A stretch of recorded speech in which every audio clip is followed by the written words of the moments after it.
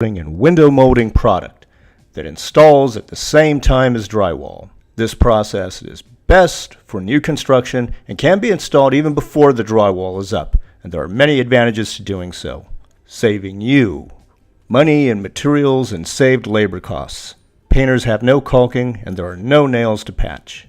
For example, the patented Gypsum crown moldings feature a revolutionary 4-step process. Step 1. Initial gypsum crown molding flange, ceiling, and wall straight corner to corner. It's important to adjust the frame to follow the molding flange. Step 2.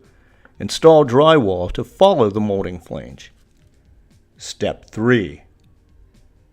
Tape the molding flange and drywall joint. There is no need for caulking or screws to patch. Ready for painting. And it works perfectly at metal studs. The result is always perfect.